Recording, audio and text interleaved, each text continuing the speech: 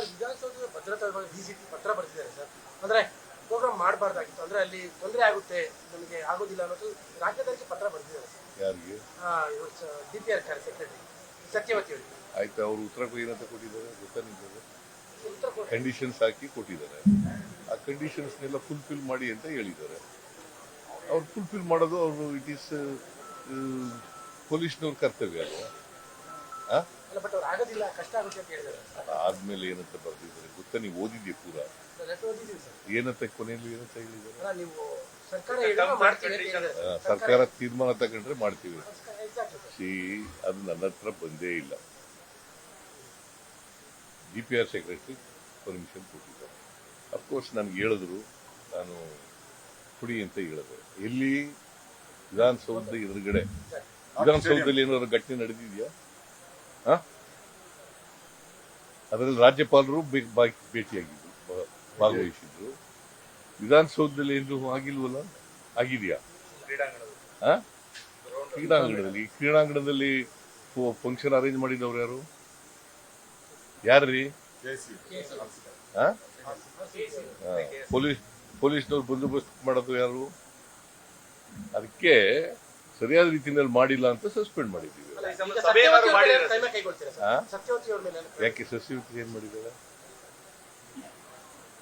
ಸತ್ಯವತಿ ಏನ್ ಮಾಡಿದಾರೆ? ಎಲ್ಲಿ ವಿಧಾನಸೌಧದಲ್ಲಿ ಏನ ನಡೆದಿದ್ರಿ? ಅಲ್ಲ, ವಿಧಾನಸೌಧದಲ್ಲಿ ಏನ್ ನಡೆದಿದೆ ಹೇಳಪ್ಪ ನೀನು.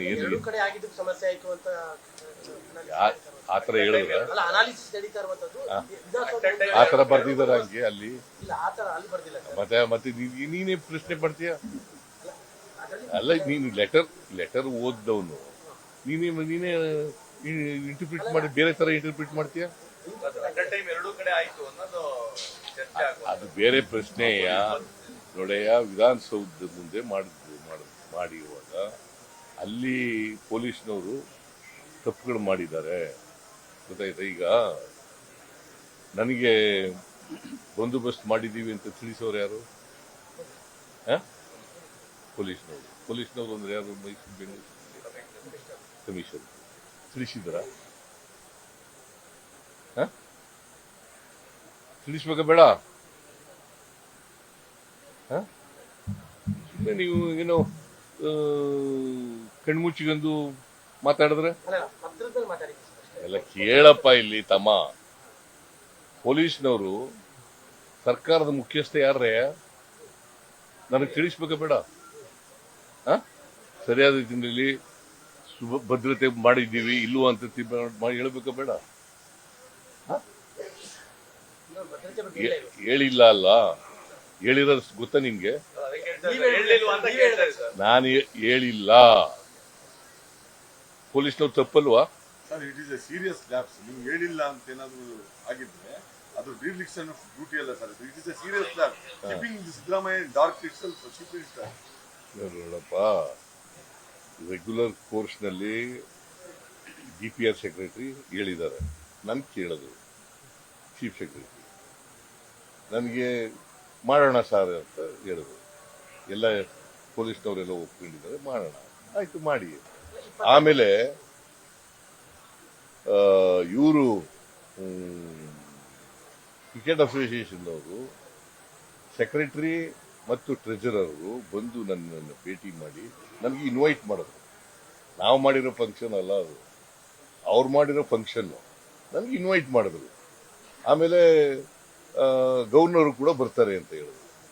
ನಾನು ಹೋಗಿದ್ದೆ ಅಷ್ಟೇ. ಅದು ಬಿಟ್ರೆ ಇನ್ನೇನು ನನಗೆ ಗೊತ್ತಿಲ್ಲ. ಸರ್ಕಾರದ್ದೇನಿಲ್ಲ. ಕರೆದಿಲ್ಲ. ಇಲ್ಲ.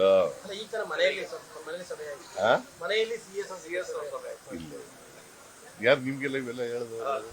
ಬಿಜೆಪಿ ಹೇಳೋದು ಕೇಳ್ತೀನಿ ಹೇಳ್ತಾ ಇದ್ರು. ಮತ್ತೆ ಅಲ್ಲ, ನಿಮ್ಗೆ ಮಾಹಿತಿ ಎಲ್ಲಿಂದ ಬಂತು?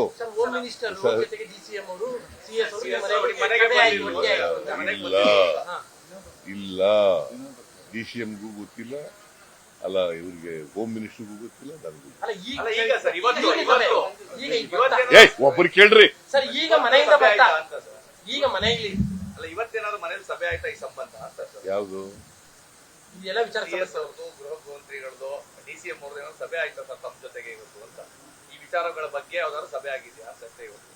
ಈಗ ಅದ್ಯಾಕೆ ಬೇಕು ನಿಮಗೆ? ಅಲ್ಲ, ಆಯ್ತಾ ಕೇಳ್ತಾ ಇದ್ದಾರೆ ಅಷ್ಟೇ. ರೆಗ್ಯುಲರ್ ಆಗಿ ಸಭೆಗಳು ನಡೀತಲೇ ಇರ್ತವೆ, ಅಧಿಕಾರಿಗಳ ಕರೆದು ಮಾತಾಡ್ತಲೇ ಇರ್ತೀವಿ.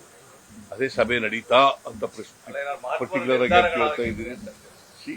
ನಾರ್ಮಲ್ ಕೋರ್ಸ್ನಲ್ಲಿ ಸಭೆಗಳು ನಡೀತಾ ಇರ್ತವೆ. ಅದರಿಂದ